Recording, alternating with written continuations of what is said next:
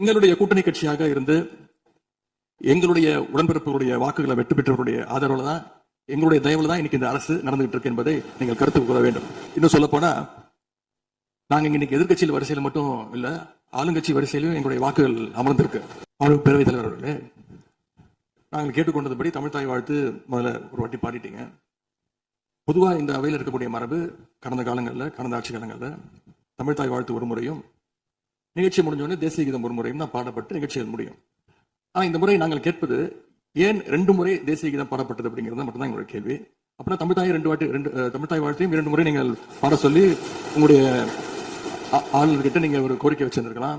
அது இங்க பேசும்போது உறுப்பினர்கள்லாம் ஆளுநர் அவ்வளவு மகிழ்ச்சியாக இருக்கிறாங்கன்னு சொல்லி, ஆளுநரை விட நீங்க எல்லாம் ரொம்ப மகிழ்ச்சியா இருக்கிறீங்க. தமிழ் தாய் வாழ்த்தை ஆளுநர் முன்னாடி நாங்க பாடி காட்டிட்டோம் அப்படின்னு பெருமை பொங்கி இங்க எல்லாம் பேசிட்டு இருக்கிறீங்க. நீங்க சொல்றதை பார்த்தா தமிழ் தாய் வாழ்த்தை விட ஆளுநர் தான் உங்களுக்கு முக்கியம் அப்படிங்கிற எண்ணம் எங்களுக்கு ஏற்படுது, மக்களுக்கும் ஏற்பட்டு இருக்கு. மீண்டும் அதான் கேட்கிறோம், தமிழ் தாய் வாழ்த்து ஒரு முறை பாடிட்டீங்க, அதுக்கு வாழ்த்துக்கள். ஏன் தேசிய கீதம் 2 முறை பாடப்பட்டுச்சு? அப்ப ஆளுநர்கிட்ட நீங்க கோரிக்கை வச்சிருக்கலாம்ல, நீங்க தேசிய கீதம் 2 முறை பாட பண்ணணும்னா நாங்க தமிழ் தாய் வாழ்த்து 2 முறை இல்ல 3 முறை நாங்க போடுவோம்னு சொல்லி அதை நீங்க செஞ்சு காட்டிருக்கணும். அதுதான் நான் கேட்கிறேன், உங்களுக்கு இப்ப ஆளுநர் முக்கியமா தமிழ் தாய் வாழ்த்து முக்கியமா அப்படிங்கறத நான் இந்த அரசுகிட்ட நான் கேட்க விரும்புறேன். ஆட்டுக்கு தாடியும் நாட்டுக்கு ஆளுநரும் தேவையில்லைன்னு சொன்னவர் பேரறிஞர் அண்ணா அவர்கள். அவரை உங்க கொள்கை தலைவர் லிஸ்ட்ல அட்டாச்சும் பண்ணிருக்கிறீங்க. ஆனா இன்னைக்கு ஆளுநரை தலையில வச்சு கொண்டாடிட்டு இருக்கீங்க. நான் கேட்க விரும்புது, நீங்க எல்லாம் சேர்ந்து மாண்புமிகு எதிர்கட்சி தலைவர்களுக்கு ஒன்று சொல்றேன். ஆளுநருக்குரிய மரியாதை மட்டும்தான் தரப்பட்டது. யாரையும் தலையில வைத்து கொண்டாட வேண்டிய அவசியம் இந்த அரசுக்கு இல்லை. கல யதார்த்தத்துக்கும் ஆளுநர் உரைக்கும் மிகப்பெரிய வித்தியாசம் இருக்கின்றது, மிகப்பெரிய வேறுபாடு எங்களுக்கு தெரிகின்றது. ஆளுநர் உரை என்பது அரசனுடைய கொள்கைகளை, திட்டங்களை, விஷன் அண்ட் மிஷன் ஸ்டேட்மெண்ட் அப்படின்னு சொல்லுவாங்க, அதன்படி அமைந்திருக்க வேண்டும்.